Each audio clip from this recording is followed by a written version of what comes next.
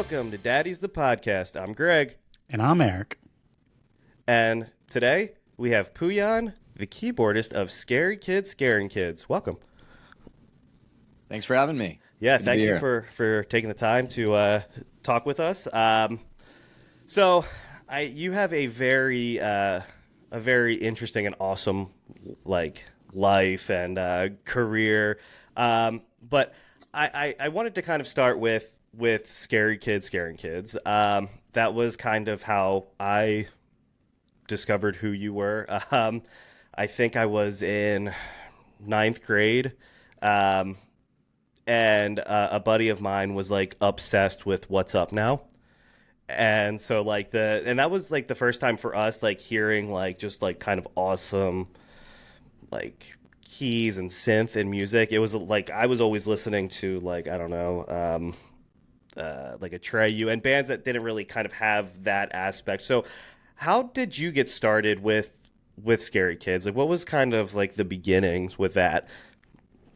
Yeah, so the first band that I heard that motivated me with keyboards that in rock that I was like, that's amazing, was Reggie and the Full Effect.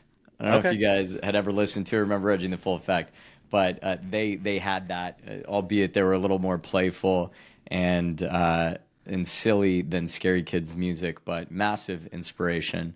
And then also I don't know if you remember or if you ever listened to this, but a lot of hardcore bands back at that time were doing like intros or movie, audio segments from a movie, and they would intersperse those in there, or like Open Hand, I think had kind of a rainfall intro. Open Hand was the band right before Seosin.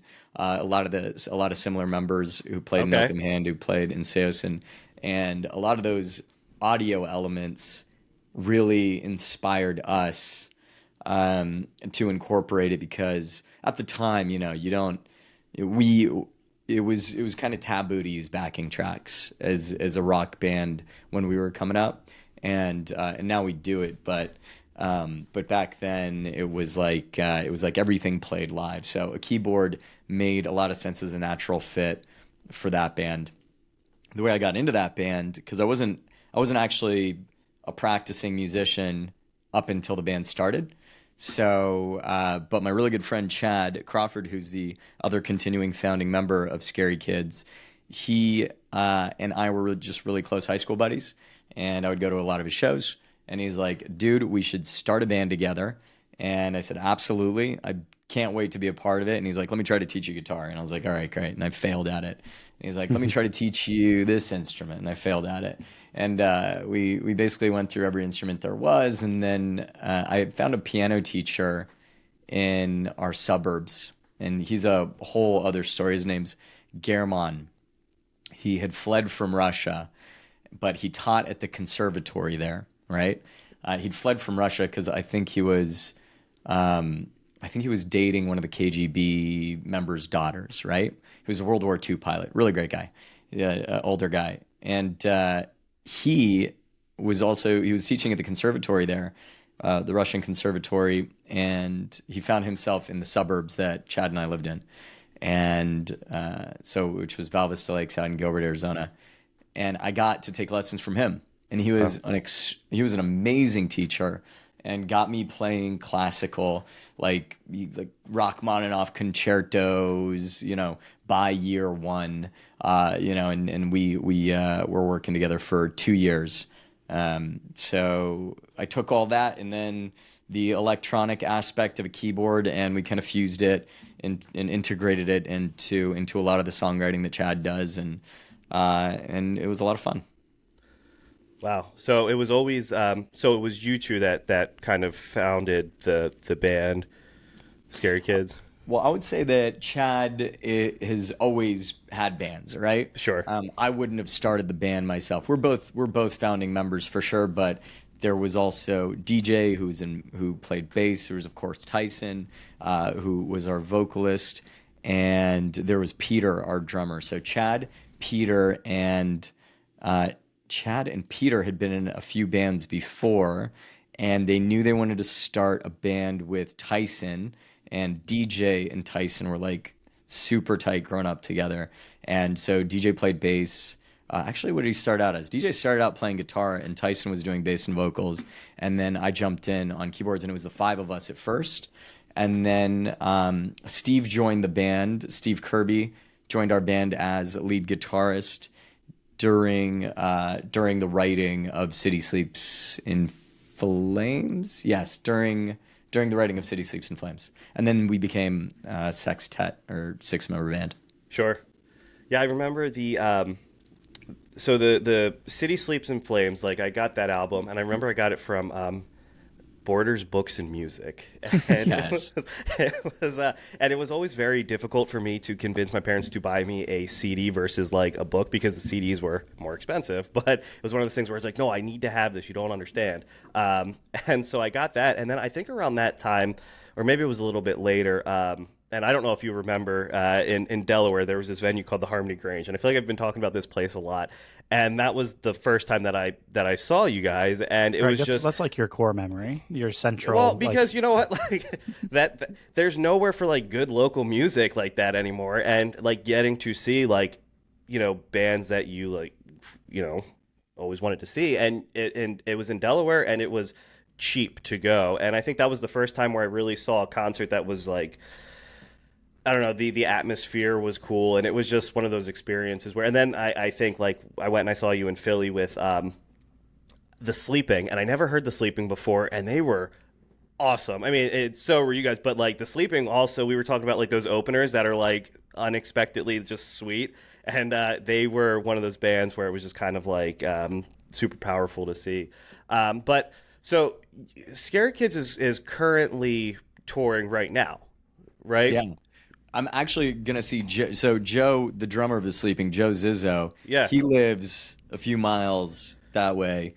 Oh, really? And we hang out all the. He's got an Airbnb in Joshua Tree, and he convinced me to get an Airbnb in Joshua Tree. So Okay. you know, and he like helped me build it up. And I'm actually gonna go to his birthday party this weekend. So Wow, so we stay very close, and it was because of those tours. I don't know how early you came out to see us, whether it was before or after the self-titled, but we would play these veteran halls, the VFWs, and Sure. these like small 100-cap places that were only half filled and no tickets sold, and we'd like but we had the best time in the world, because we just, you know, leave our heart out there for those like 20 people who decided to show up, and then all go out and just, you know, mess around afterwards. So yeah, Joe and I have stayed really close friends, and all the Sleeping guys, we've all stayed really close friends. Yeah, they'll still pop on. Like I'll be listening to my Apple Music, and they'll pop on. And so I have to ask. Final note on that. Yeah. Zizzo, Joe Zizzo from The Sleeping, he actually played the live drums for the Out of Light album. Oh, okay. Yeah. All right. Wow, so you guys are still really close. Yeah. Well, and so I went, and maybe I'm wrong, and this was like 2011, 2012 maybe. Did Chad play guitar for Chiodos at one point? He did, yeah. Okay, all right. Yeah, that's right. He went out and did, I think, an Asian tour with them. Okay. Yeah, because I and maybe I'm wrong, but I thought they were in Philly, and maybe Craig Owens. I don't know if Craig Owens was in the band, or he was out or whatever. But I was like, wait, and then when I saw you guys with The Sleeping, Mod's son was drumming, right? I think that's Yeah. So that was also This reminds me of in high school when all like the preppy kids, they all like dated each other, and it was like, oh well, she dates him, but that's the main girlfriend, and but you know, she also messes around with this guy, and then and it just seemed like everybody was just like, and that was the clique, like everybody just got around with each other, which sounds like a great time. I feel like though touring has to be hard, like in terms of like keeping everyone together, right? So like I feel like, I mean, now you tour with different members, right? Like it's kind of just evolved and adapted over time. Like, is that kind of? Yeah. So for the self-titled tour, and for a lot of the shows we've been playing recently, we've been locking in our live lineup. So right now we have Cash Yeager on drums, Johnny on guitar, Koba on bass, and Albert on vocals, and then Chad and I hope I mentioned everybody. It'd be very not cool of me if I forgot someone. I think I said 6 people, including myself. Yes. But okay, great. Yeah. But yeah, we're really, really excited about the current lineup. And we put a lot of work into getting this one right. I think the self-titled album release was really important to us, that it sounded good. I mean, when we do these like special, like, you know, when the band plays right now, yes, we're on tour, but it's not like how we used to tour, right? We used to tour 11 months out of the year, and we would support for this, and then we'd support for that, and then we might do some headliner here or there, but then we support for this and that. And it was really on everybody else's schedule, and we're always available. Now we're all adults, we have different lives, so it's like, how do we create these special moments for the times when we are available to be present for these shows?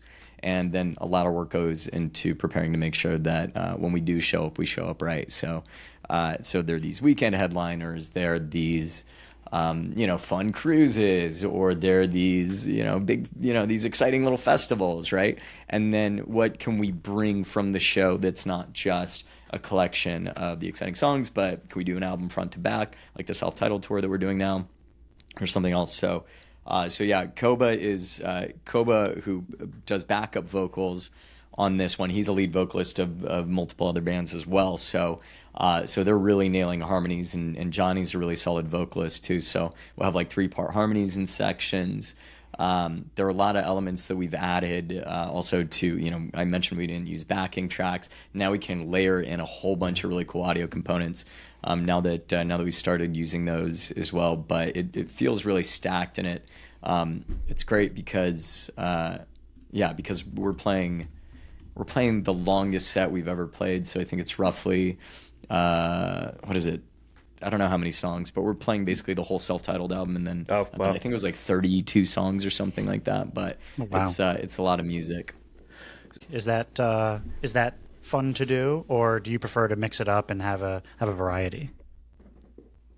As a fan, I love watching bands play albums front to back, right? Because I would always listen to albums front to back. That's how I became familiar with them. So I'm always anticipating the next song. And I feel there's like a certain level of reward when you are hearing a song and you're like, oh, okay, this one's next. And then you hear it and you're like, yes. Mm-hmm. And then you can have that album flow, especially for albums that feel like they were constructed in that way. And for the self-titled album, especially, we really attempted to focus on transitions, and hopefully that came across.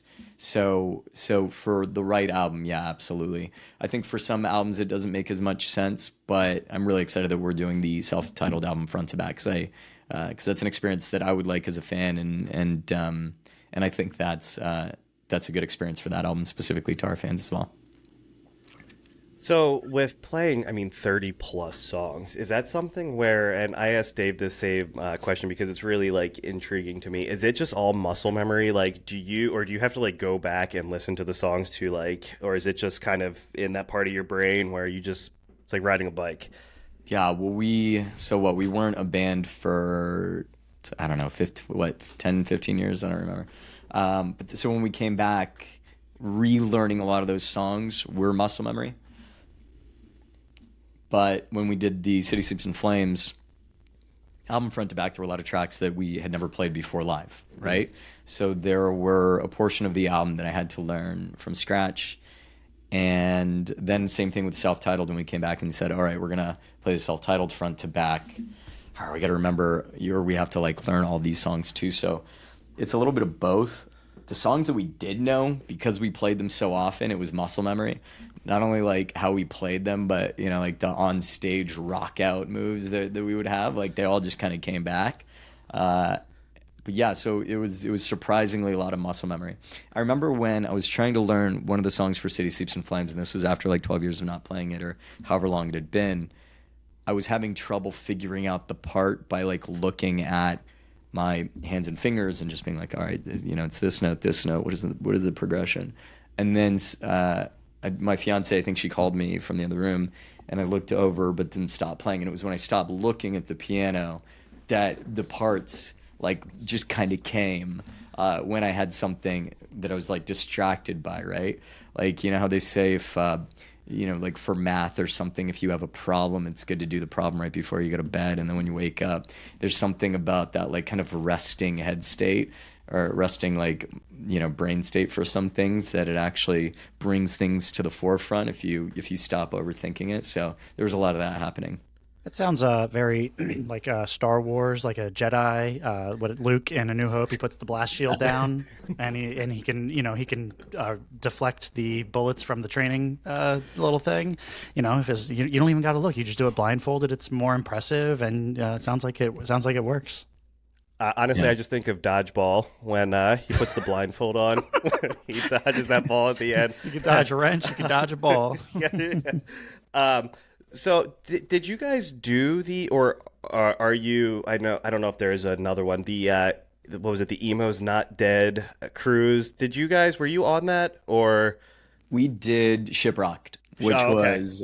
was more metal. So we were a little Okay. bit on the peripheral of that audience, right? Like Lamb of God headlined, right? Oh wow. Okay. All right. POD played. So there I think of a few of our songs that might connect with Shiprocked and make a little bit of sense there, but not all of them. So we were pretty selective with which ones we played. Man, that audience, that was so fun. Shiprocked was such a great time. Such a good crew of people out there. I feel like too it was always interesting because like in school you always had like like you had like the emo kids and you had the metal heads, but like I feel like everyone, at least where I went to school, was just into Scary Kids, like no matter like what group or clique you were in. So it was always really interesting to go to a show and just see like a whole like hodgepodge of just individuals just digging the music.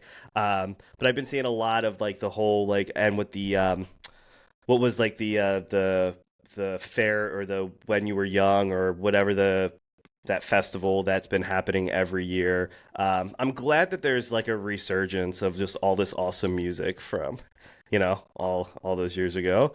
From back in the day. Yeah, it's really cool to see, man. I love how people are unironically like connecting with music that meant something to them in the past. I feel that there was definitely a period of time when it became pretty cringe to connect with this stuff, and now everyone's embracing it. I think it just makes for a much better time. Yeah, I definitely went through that phase for like, I don't know, 5, 6 years where it's like, oh man, all the old stuff I used to listen to was just, I can't do that now, Yeah. And now I find myself only listening to like that. I don't know, but I did go through Yeah. that cringe phase where I just couldn't be associated with any of the older bands I listened to. Right. But I think we all go through that.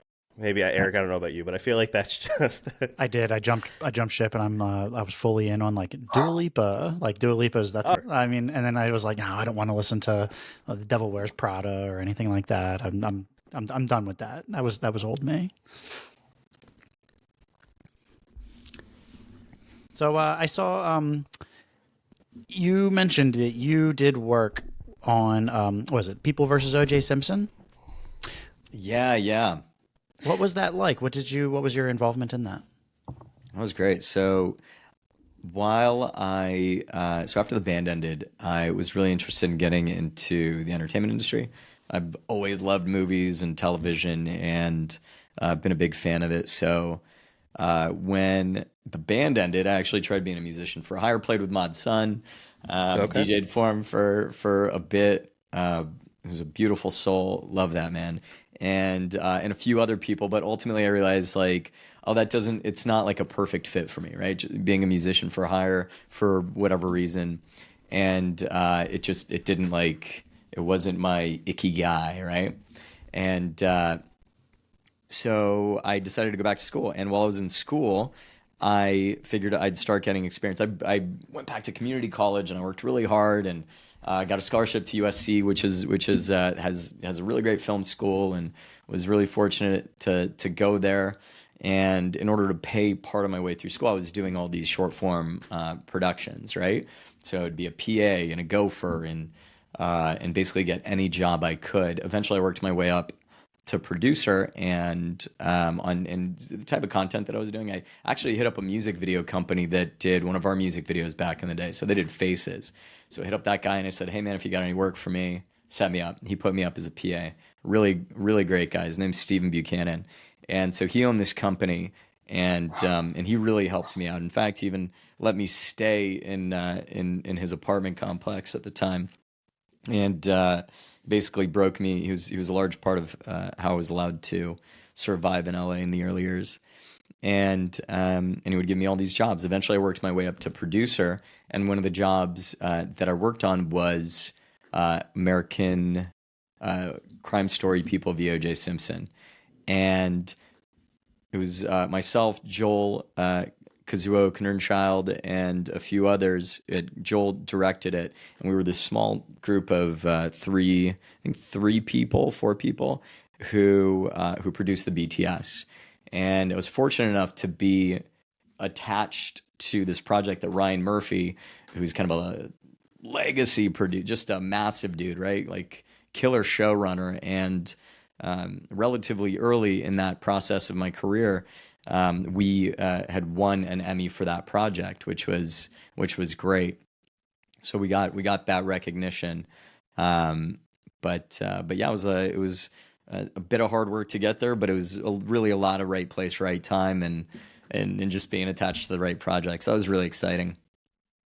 It's got to be rewarding. Yeah, Go ahead. Yeah, I worked at a talent agency at a time, ICM Partners. So I just graduated college, and when we got awarded the Emmy, a lot of the agents would go to the Emmys, right? The talent agency, it's that, Ari Gold environment. If you ever watched Entourage, it's that whole thing, right? It's that kind of energy. So there's a very strict hierarchy, and I was an assistant at that time, and I was sitting next to Ryan Murphy alongside, and you can see Ryan Murphy in the background of the picture on my Instagram, me holding the Emmy. And Ryan Murphy's there, and a lot of the agents, they were like kind of scattered around the place, but we got really premium seating because we were nominated. And a lot of the agents are like, "What the fuck is this kid doing? This little shit. What is he?" And I'm not gonna mention it to them because it was, I don't know, awkward for whatever reason, but that was a really funny moment. I was like, it was interesting for sure. Yeah. Does Ryan Murphy American Horror Story too, right? That's right. I know, he does American Horror Story, American Crime Story.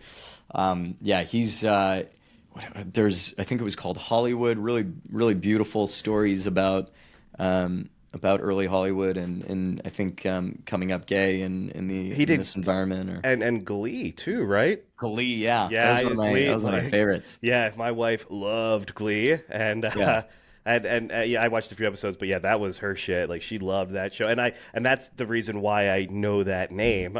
And so when you said Ryan Murphy, I was like, wait, I know that name. Anytime I'm like, if I mess up on stage, or if I don't feel good about a part that I played, or if I feel like the crowd's not really bringing it hard enough, I'll think about his hair flip, right? I don't know if you remember that reference, but there was a comment in Glee about how if you're not a good enough like your hair compensates for your performance, right? Like they're all hair flippers. I don't remember the exact quote, but I think about that all the time when I'm like frustrated with my performance and I just headbang. I'm like, oh man, it's that Glee hair flip. You have a little pizzazz, yeah. Yeah. Something about the hair metal from back in the day. Yeah. Oh yeah, totally. It was good, but maybe that added to it. Well, so I've been watching a lot of anytime we're having anyone on, like I'll just straight like just obsess over like that like band, just like watch like live videos and just like really kind of like dive in. Did you always use a keytar, or was that? No. I was newer. We always felt like we needed a keytar, and in fact, like people would confuse me for someone who played a keytar, but and we always kind of wanted one, and then we got one, and I had to like relearn all my parts like this instead of like this. Sure. And that was a bit tricky, but it's so worth it, man. It's just such a fun instrument. Now, how heavy are those? Like compared they're to massive, but they're light. They're massive, but they're light. It's all plastic, right? So, plastic in like computer chips. But let me show you how big it is. Yeah, should sure. I? Yeah, Yeah, please. Like, so here's a normal guitar case, right? Okay, yeah. And then here is the keytar case. God, Holy shit! So it's like, yeah. So wow, so it's literally like, And it fills up the whole thing. It's all the way to the top, right? So it's like, yeah, it's huge. wow. Okay, so there is it's like comically large. Well, they do. They always Comically look so large. massive when someone's holding them, and I guess Yeah. it is because they are massive. Look, I'm not like I'm already not 6 foot for sure, but that thing definitely makes me look like I'm like I'm a little Smurf guy. on stage. But it's just man. so damn fun. I'm not getting rid of it. No, it looks right. I was watching the video of you playing it, and it looked right. But one thing I do have to ask, and I was asking my wife and Eric, do you I saw your hands going up toward the neck of the? Do you have to tune or do anything with that, or was that just your hand movement, or was there Yeah, so the neck holds all the a lot of the pitch bend, modulation, volume, and a few other effects, right? So I'm kind of making adjustments to all those in real time, and yeah. Okay. Wow. So that just seems really complicated, involved. I play guitar, and that's I feel significantly easier in terms of you have your pedals in front of you, and you don't have to do anything like that on a giant, massive. Yeah, yeah. I mean, it's I can't say whether it's easier or harder. Definitely not for guitar, but I can say that I definitely adapted to playing a upright piano or a upright keyboard, right? And shifting all of that to, it's a slightly different language, but it's also fun. It's just nice to be mobile. Sure. But there's this rock element of I can't swing from the rafters or jump into the crowd anymore because I've got this clunky thing and I'm gonna hurt someone, right? So having the upright keyboard was a lot more fun for the moments that I'm not playing. But now when I'm playing a part that people might want to see played, I have the opportunity to move up to the front of the stage or to move to different areas and highlight or accent those specific kind of exclamation points on our song, which is the trade-off. But So do you is it hooked up just like a wireless system for a guitar, but it's just for a keyboard? I'm plugged in. I've got I a quarter see. inch, so I'm not Oh, wireless. okay. Yeah. Okay. Yeah, that I guess also makes sense. I went through a phase of where I thought wireless was the only way to go, and then I realized that that was just me seeing people doing it and not so I've learned now that most people actually do play with wires and they're actually plugged directly in. I mean, it's case by case. I would say that look, if we prefer wireless, right? Yep. The candid truth about it is that we prefer wireless, but that comes at a cost. And the shows that we're playing, candidly, we're barely breaking even because they're all fly dates. So we'll fly out there and we'll do it. So all the additional expenses they'll go into improving our rig, but it's piece by piece. And so you're kind of located away from the band, right? So when you guys come together, is it are you meeting, practicing, and playing shows, or you just go in, you've kind of perfected the show part, and you're just kind of meeting up there and doing the performance? Yeah, it's a bit of both. Yeah. So fortunately, we have these specific dates.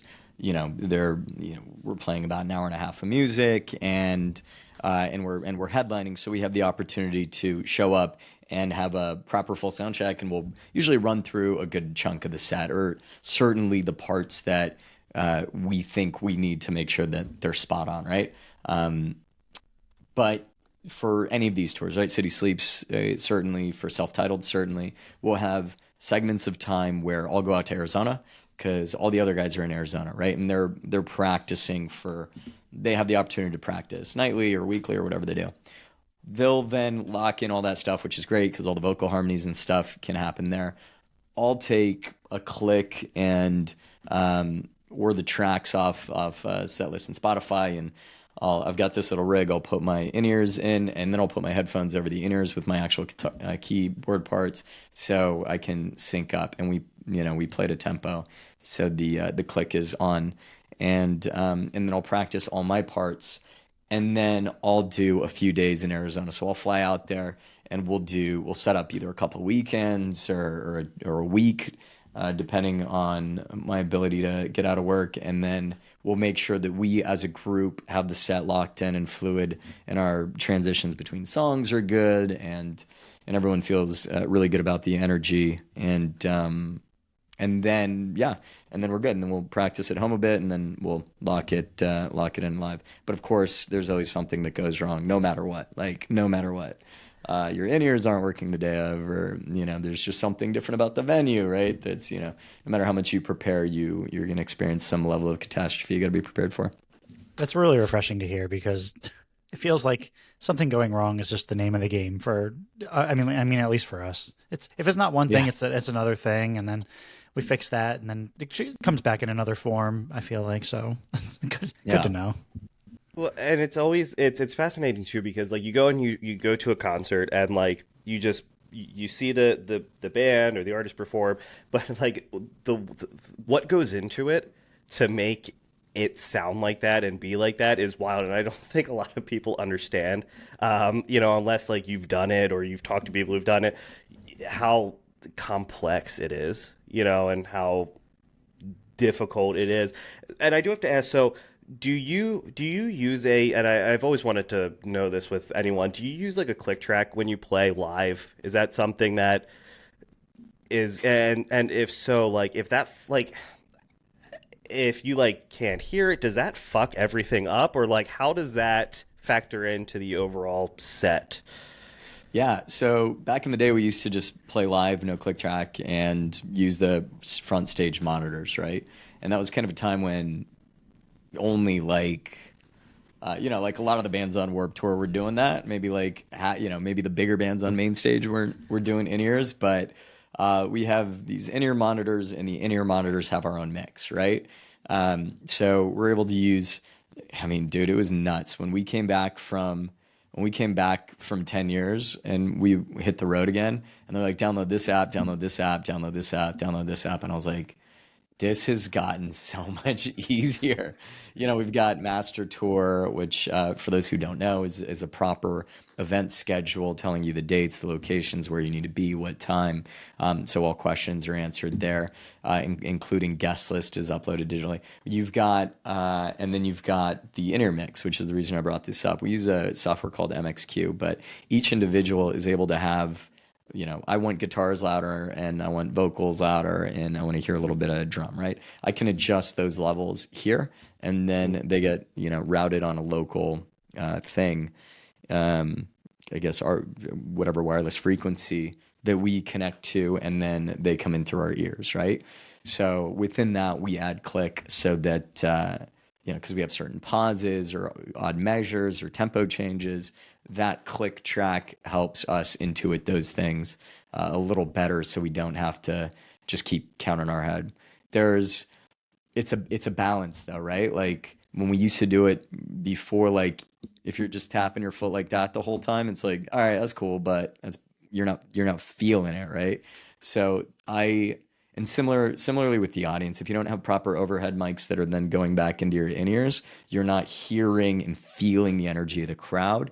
So what I like to do, which usually busts my in-ears, but it's worth it, is I'll keep one in, one out, and then sometimes I'll just like tape one to my chest, so that I don't rip that out, and that allows me to hear the crowd and feel those like moments of silence. And that's I think the big loss with click, is that if you can feel that patience or moment of silence when you come back in, what kind of energy to attribute to the hit that comes back in. So are you essentially just, when you have those in-ears in, just deaf to everything except the music? Like, can you hear what's going, or is it you're just hearing like whatever you decide to put in? Depending on your in-ears, right? Yep. I use pretty cheap ones because I notoriously lose them all the time. But I'm sure there are in-ears that have pass-through.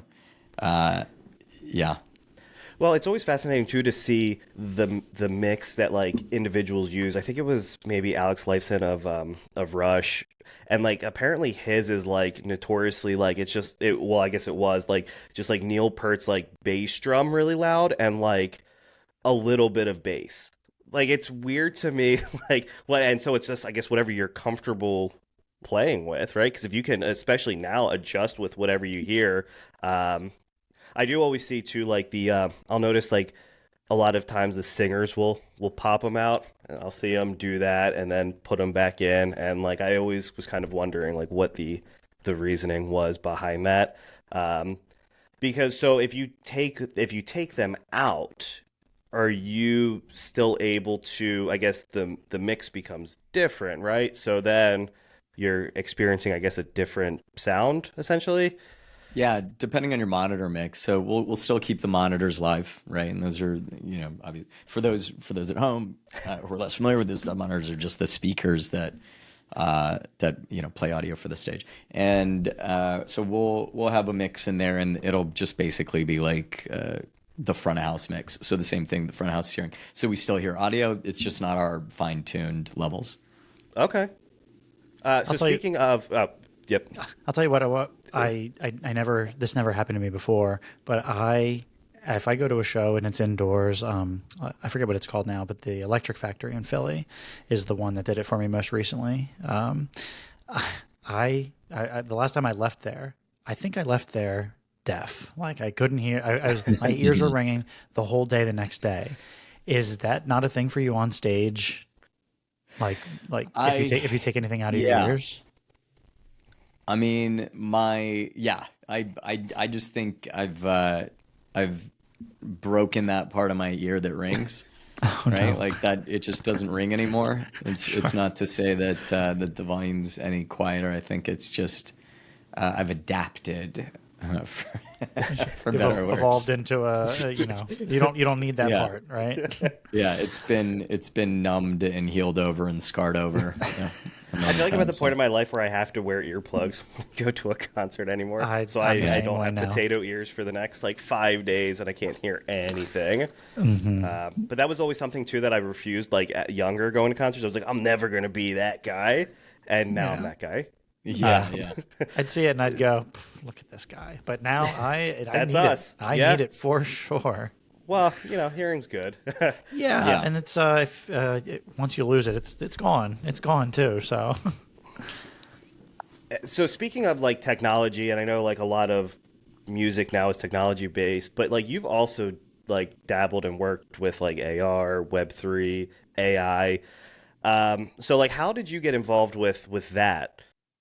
Yeah, so I mainly focused. I dabbled in those to a certain extent, but really my core work was in virtual reality, and I got introduced to that while working at the talent agency I mentioned previously, ICM Partners. When I was there, while I was in college, the first VR headsets were coming out.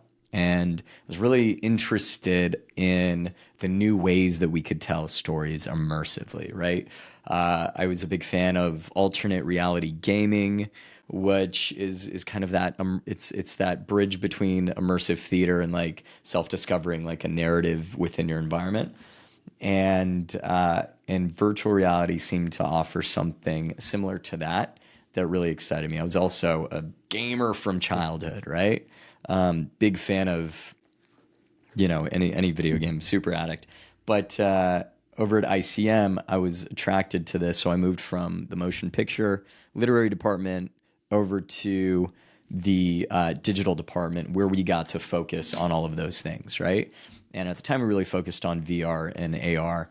And I got the opportunity to work for this company. This company had reached out and said, hey, if you're interested, we'd like to hire you. There's an opportunity over here. And that was for a company that was led by Robert Stromberg. He was the production designer, the creator of the world of Avatar. And so you can imagine, the imaginative experiences he would create. And on the board of advisors was Steven Spielberg. And our CEO is a really great guy named Guy Primus, who had a lot of business savvy and came from Harvard and was just a really, really smart guy. And I got to work directly under him. So it was a really cool opportunity to learn from some extremely talented people. And so, of course, I said, yes, absolutely, let's do it. And so over there, we got to create some really cool experiences. One with D-Box that ultimately didn't get released, but it was like motion share. And then from there, we saw an opportunity to create a Jurassic World experience. So we created this Jurassic World VR expedition, right, is what it's called. I'm not sure if it's still there, but it was originally released to Dave & Buster's, and it was this kind of 4-seat experience, right? Okay. So yeah, that was a lot of fun. And then from there, I worked with, I continued to work on a lot of different VR experiences, including one that I think you can get on the Meta Quest right now called Wolves in the Walls. That was created by Fable. That was an Emmy Award-winning piece of content that I had nothing to do with content development for, but was just focused on distributing it. But it's so good. I would highly recommend you check it out if you have the opportunity. It's basically like a 30-minute short interactive film. And yeah, really, really enjoyed it. And I think ultimately had to depart that space because, it's just some of these startups, some of the startups have been failing in recent years, and VR specifically it doesn't have as many opportunities today as it did that at that time. Yeah, I feel like especially with the Meta Quest, I know Eric convinced me to buy one. And we went through this phase of playing that thing for like 2 years straight, and then it's just kind of like we just don't use it as much. But the content, there was some really cool. We played this game. It was called Onward, and it was like this tactical shooter. And to be immersed, where like you're like help, I'm getting shot at, and like being there, and like the games were so like responsive, and we would play mini golf, and I mean we did that every night for like 2 years straight. It's a ton of fun. It's a whole nother thing, as long as you can do it without getting sick or getting a headache. Well, that's the problem. Like I can only do it for like I can game for hours and hours and hours, but I can't play VR for more than like an hour, without feeling, I should probably take a break before I get a headache. But I feel like some of the best games are on. So it's a real catch-22, damned if you do, damned if you don't, because there's some of the best content. I feel like that's on the Meta and I guess the Apple Vision. I don't know if they do gaming on. I just don't have the money to get that. So. PlayStation VR too. Yeah. Oh yeah, right. And I think for me, it's critical mass, right? For years we said, all right, in the next 5 years, all right, it's the next 3 years, it's in the next 2 years. And I think ultimately audiences just aren't crowding around virtual reality like the market expected it to. So, it is what it is, but ultimately you need people in these metaverses if you want to enjoy the metaverse. I'm going to show you guys real quick, if you don't mind me moving my camera. Yeah, sure. Yeah, please. How many different headsets I have right here. So you got the PSVR, you've got the early Samsung phone. I had a Google Cardboard there, but you got the newer ones. And then up there you got the Magic Leap AR as well as the Oculus Go and like 3 different Rifts. So you have all of them pretty much. You VR pretty hard. Yeah. And those are the ones that I have still kept. For those who haven't tried it, I'm still like an evangelist. I'm like, you got to check it out. Go check it out. So I'll hand some away too. To anyone who's like an enthusiast, I'm like, here you go, take it. That's awesome. What's your favorite? My favorite experience? Yeah. Or my favorite headset? I would say the Meta Quest 3. I mean, Apple Vision Pro is ridiculously priced. I don't understand their strategy there, to be honest. It doesn't make any sense to me. But look, they're a lot smarter people than I am and understand this industry. I'm sure they have a lot more data points than I do too. So I'm sure, hopefully, they know what they're doing. But I would say the Magic Leap, the AR device, is probably my favorite. But similarly, it's unreasonably expensive, and they're actually about to go the way of the dinosaur. They're selling their company for parts and for patents. So I would say the Oculus Quest. Yeah, whatever the new Oculus Quest is, they get it. I think they understand what the average user can afford at the price point that makes sense for them. Well, and they're smart too. Like I feel like I'm always getting emails for like, hey, this game is half off, and I don't even know what the game is, but I just buy it anyway because it's 50% off. So I Totally. feel like, and it's affordable. But I did go to the Apple Store, maybe it was like a couple weeks ago, and they had the Vision sitting on the table, and I was like, hey, have you guys been selling a lot? And the person got really pissy and was like, oh yeah, we sell them all the time. And it was like, all right, cool. Like I'm just like legitimately intrigued because I heard that they stopped working on the second one, and I don't know how true that is. You know, if you hear it on the internet, it has to be true.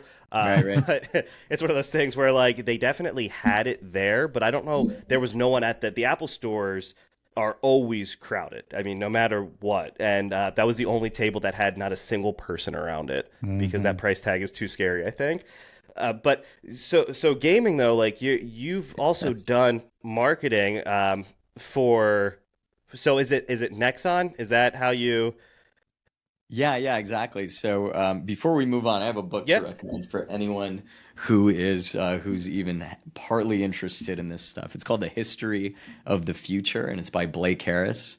I believe that's the author's name, and it's all about how the Lucky Palmer, the credited with the resurgence of this VR technology, all about how he went from living in an RV by the ocean and taking these parts off of like eBay or whatever forums he could find and mishmashing them into some functional 3D technology that then he met a few Silicon Valley investors and ultimately sold it to Facebook. But if you're even partially interested in business or the business of technology or video games, or basically the underdog story, it's such a good read. And Blake Harris is really great at video game books. So But yeah, so video games. Yeah, I work at a company called Nexon right now. That's my day job. That's my day job that allows me to do these weekend shows, who I'm extremely grateful for. And I have a lot of fun working for them too. Yeah, as you mentioned, I work on the marketing team and specifically with partnerships and events. So over there, I'll organize and put on some of the annual events that we have there, like Maple Story Fest or some fan events around Anime Expo or that kind of thing, and then work with partners to do some brand collaborations and IP collaborations. and so my introduction to Nexon, and I believe this is an Nexon property or game. So Eric and I used to play a lot of this game called Rogue Company, and I don't know if you heard of it.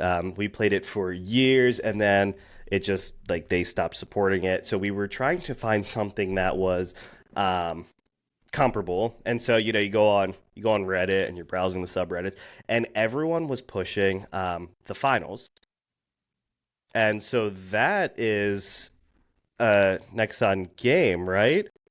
Yeah. Yeah, the way that by the way, I love that game. Finals is such a blast. And it's I just gotta say, like from, the geeky kind of standpoint, it's so cool to work at a company where you log out of work and then you log in online and you're like, all right, and I'm actually playing a game that we get to support during the day.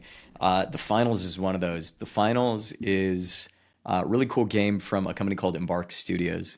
And the way that that relationship works is Nexon is one of the largest global publishers. And the publisher studio relationship is that we have our own internally developed games, such as Maple Story or Mabinogi or The First Descendant. And then we have these studios who we publish their games. And those relationships may vary. I don't really have much visibility into those. But they're studios that we support. And those are not internally developed. I see. Okay. That makes sense. Yeah, it's always really confusing to me, like how production companies and like who makes what. But the finals is a game that I only played it a few times, and it was a lot of fun. But people have like they swear by that game. They said this is the next like this is the game. Well, I'm And pretty sure the only reason that you stopped playing that was because my son, who's 9, started play. He's playing now a lot of Fortnite, and he said, "Daddy, can we play Fortnite?" And we started playing. We were like, "Wait a minute, Fortnite's a lot of fun." So we play now very recently an unreasonable amount of Fortnite for and some until grown men.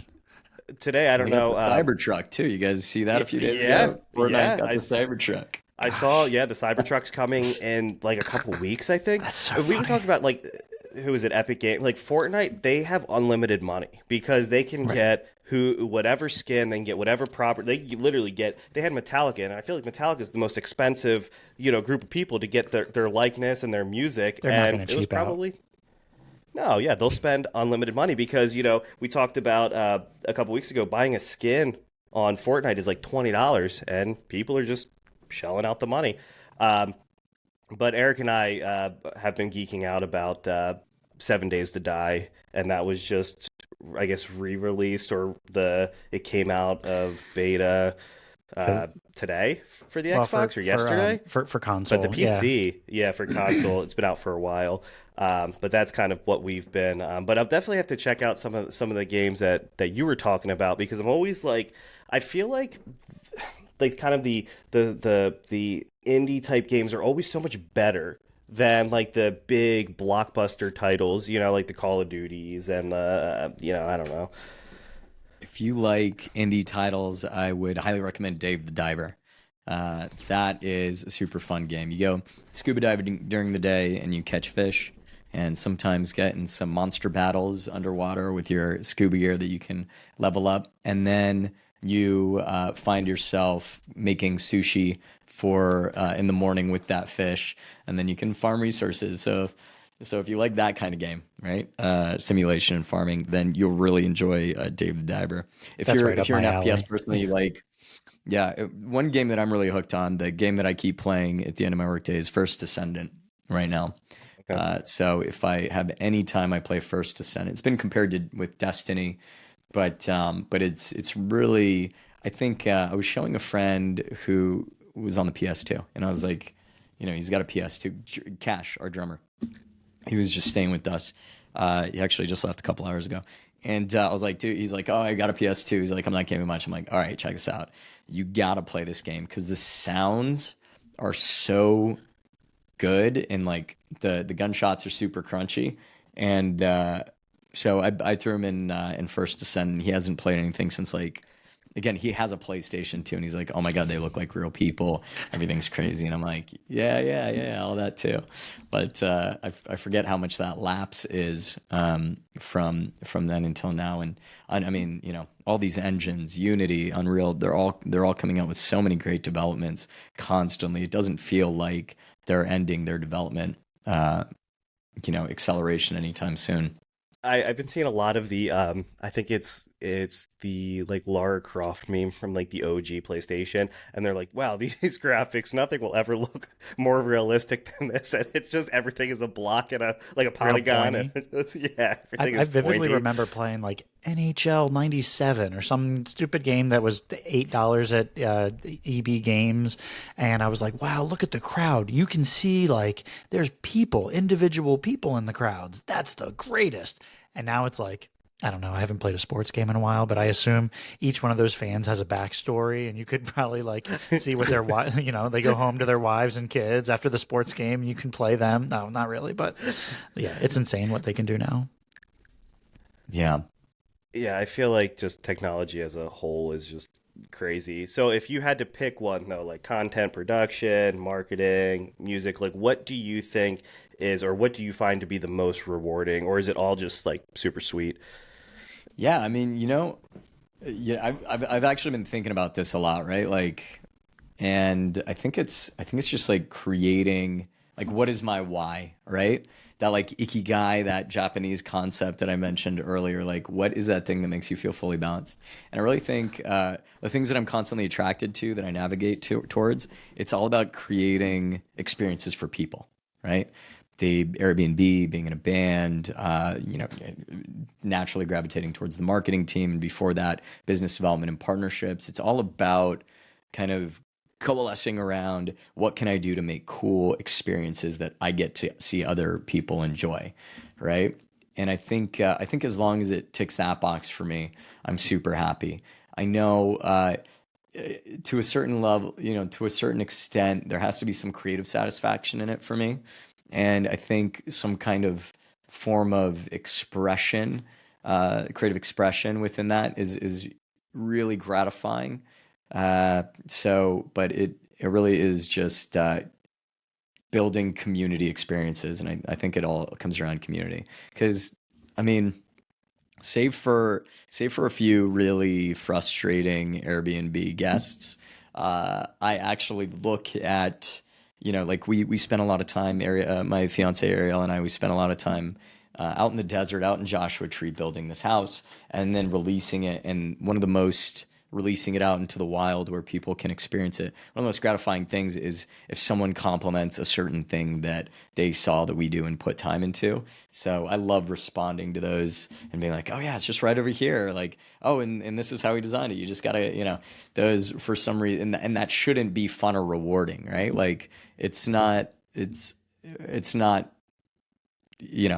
anything else than other than like customer service, but there's a certain pride I'm taking in it. It's not related to finances, not related to,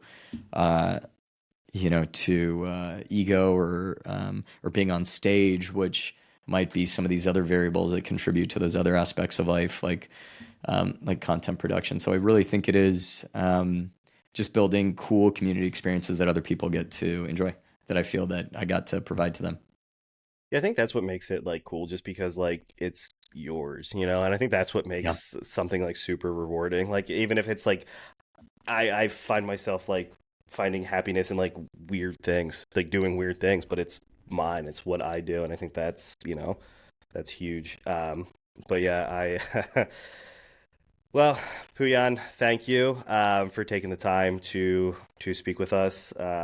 This was a very we've been looking forward to this for a while, and I also really appreciate the fact that you phrased your "what is my why," because I was asking people what is their why for a while, and then I stopped because I was like, I don't really want to, I don't know if that's like prying too much or asking people that. So I really appreciate that you answered the question without me having to specifically ask it, but also just for taking the time to speak with us.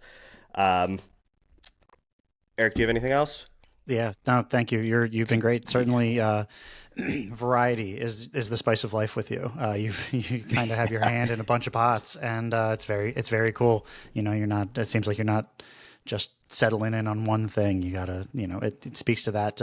It seems like you have maybe your love language is what is it? Acts of service almost. Do you have that gratification through almost like pleasing others, sort of? I just wanted to comment. That's very awesome, and you have that locked in. It seems so. I do have to ask though too. Thank you. Will Scary Kids be coming to the East Coast anytime soon? Yeah, I think so. We were just there last weekend. That's what we were just talking about. That. Yeah, we were like, Sunday you guys were around, I was right? like, what the fuck? Yeah, really. Where were you guys? Yeah, I'm right. Apparently we were. Yeah, The yeah. tickets are still a will call. What's going on? Right. So will you be coming back anytime soon? Besides, Yeah, man. that. I mean, maybe in like 3 years. yeah, fuck. I know. Yeah, keep up that No, I cadence. think- Yeah. Yeah, exactly. We got to keep up with that cadence. Yeah, we got to figure out what the next special event is, right? So hopefully soon, but we're doing it a lot less frequently these days. Yeah, we'll definitely make sure to getting out The next East Coast tour, you're not going to like this answer, is most likely going to be Florida at some point. But that's still probably going to be like 9 months away. Fuck. So I told Eric, I was like, I refuse. I will never drive to You've got a Florida Jacksonville again. shirt on right now, dude. Yeah, you go but to Florida. like that drive, we just drove to Florida. Like I hate that fucking drive. Like I just feel like it's just so miserable and long. And like so, I mean, shit toured, but like I couldn't do the long drive. And I feel like there's just something about that specific. So I would rather just fly to come out to the show than to drive. So that's a possibility. yeah, I think Boeing flights are only going to get cheaper, so maybe you could take one of those over. Yeah, right. Sure. Well, thank you again. I'm Greg. And I'm Eric. And we are the Daddies. Thank you for listening.